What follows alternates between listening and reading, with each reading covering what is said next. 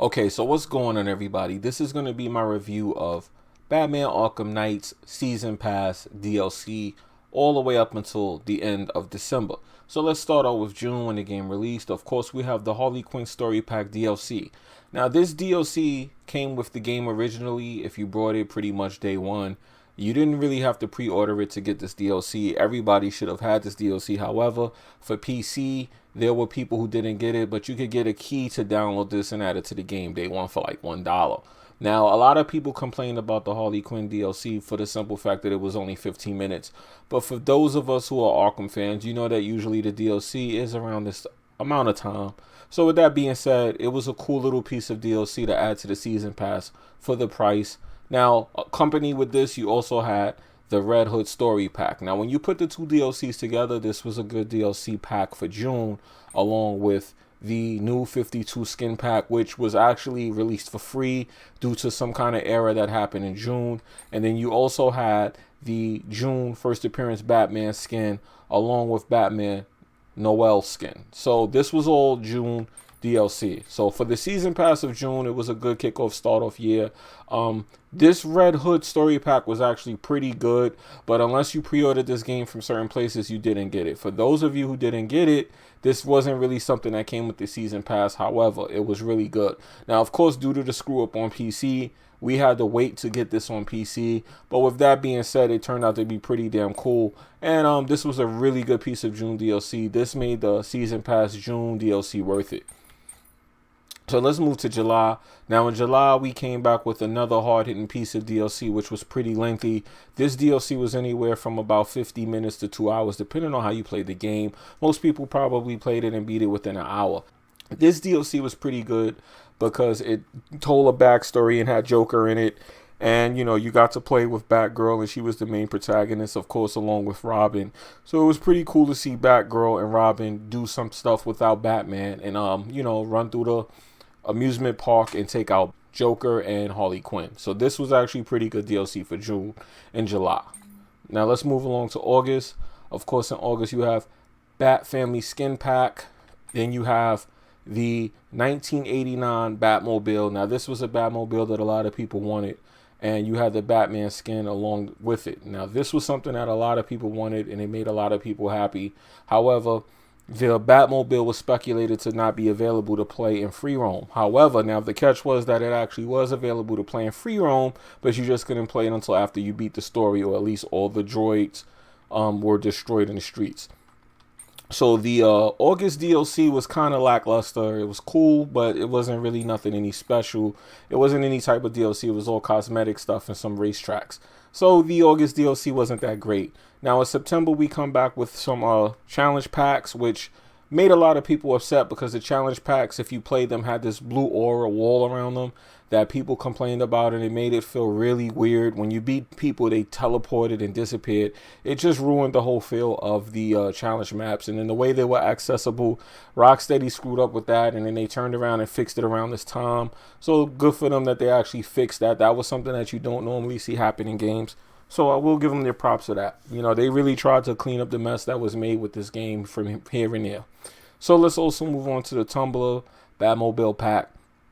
Now, the Tumblr was another Batmobile that was pretty cool to see in the game. It functioned uniquely from all the other Batmobiles. Of course, once again, I don't see why, but the Tumblr doesn't have a weaponized mode, so you couldn't use this unless you had already beat the game or at least destroyed all of the tanks in the city of Gotham. So this DLC was pretty cool for September, but once again, it was all cosmetic and tracks. So September's DLC, not so great. Then of course you have the original Arkham Batman skin, which is very similar to any of the other skins. So like I said, for September they kind of slacked off, but then they came and hit you hard with this Nightwing DLC and kind of made up for it. So the Nightwing DLC is another DLC that will run you anywhere between like 15 to 20, maybe 25 minutes. This was a good little story pack, and it saves the September DLC along with another challenge pack from being a bad DLC. So overall, for September, as you can see, we have challenge packs. We got 2 of those. We got a Batman skin. We got a Batmobile, 2 tracks, and we got a DLC. So you have to admit the September DLC was pretty lengthy for a season pass. I have to say it was pretty good. Now for October, people got this skin that was only pre-order available on PC for people who had is Steam pre-order. Now you got this, and you got the Frank Miller Batman suit. Now honestly, the Frank Miller Batman suit and the Ben Affleck Batman suit are very, very similar. I use this to compensate for not having a suit. However, you do see more detail in the Ben Affleck suit, so that suit's pretty cool, actually. So for October, you have that. Then you have the Classic Series Batmobile, along with the classic Catwoman and Robin. Now that Robin suit is super homo, no offense, but the Catwoman suit, I actually use this as my main Catwoman outfit, and the Batmobile is pretty unique also. This Batmobile drives a little bit differently than the other Batmobiles as well, so that's pretty cool when you see that. And then of course we get a special 1970s theme weaponized Batmobile. Now this Batmobile skin color is pretty cool. Blue is my favorite color, as you may know, and I think this is pretty cool. I think it's pretty alright, man. I think it's pretty alright. And then last but not least, you get another Crime Fighter challenge pack. Now around this time of October, this is when they started making the challenge packs a little bit more accessible to different characters. You were able to choose different characters, and they got the challenge maps where they needed to be. So for October, we get the skins, the car, more skins, another car, and of course some challenge packs. So October, not the best month for this DLC season pass, but once again, remember, if you brought the season pass, all of this DLC so far was free. So let's move on to November, and you get more DLC, which is pretty cool and lengthy. You get Catwoman's Revenge. This was a good DLC to me. I liked it pretty much was very much worth it. It's pretty lengthy. This DLC will run you anywhere between 15 to 30 minutes to complete. And then you also had Robbins Dlc, which takes place after the events of the Arkham Knight story, where Robin takes over for Batman. He's married and he is back from vacation and honeymoon, and he's out to do what he has to do. So this DLC is another DLC that will run you about 15 to 25 minutes, and it's pretty cool. So November's DLC was definitely hard hitting with 2 episodic DLCs. Now you get another skin. You get Robin's skin and outfit. This skin is pretty dope. I mean, this car looks hot.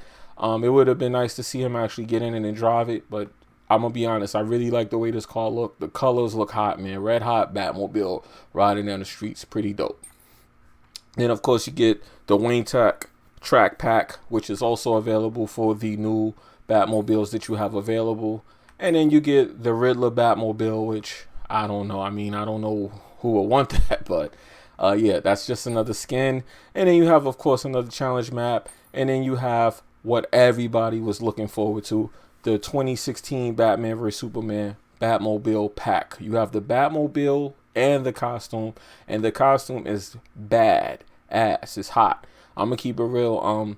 The November DLC alone was winning for me when I got this costume, because it's my favorite costume, because this is tailored after the Frank Miller Batman, which is my favorite Batman costume and my favorite Batman. So they won me over with that. Not to mention, look at all the other stuff you got in November. So in the beginning of November, you got these 2 DLCs and this costume, and then you got this towards the end. So that was pretty dope. Now for December, we got a hard-hitting Season of Infamy DLC.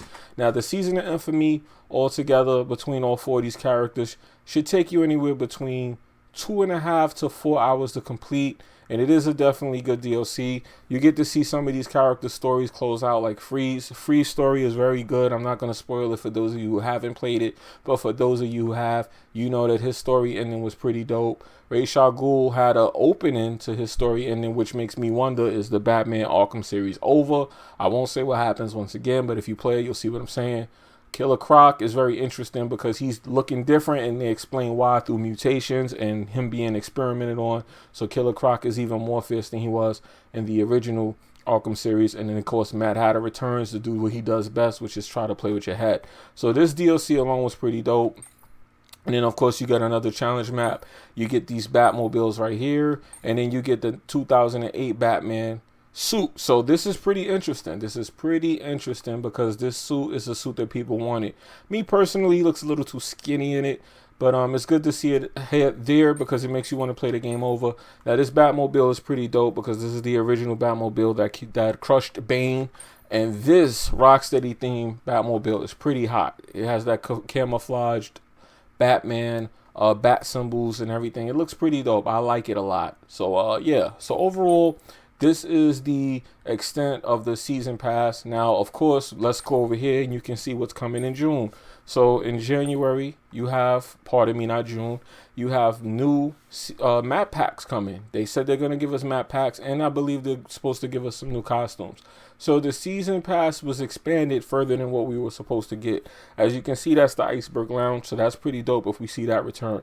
Now, to my understanding, what's supposed to happen in January is we're supposed to get some remastered maps from Arkham City, which I'm all for that because Arkham City had the best challenge maps and challenge packs, period. So if they're going to remaster some of that and bring it over, that would make me happy.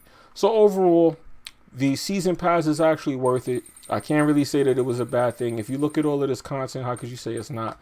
Now, you know, you get all of this tons of content to play through.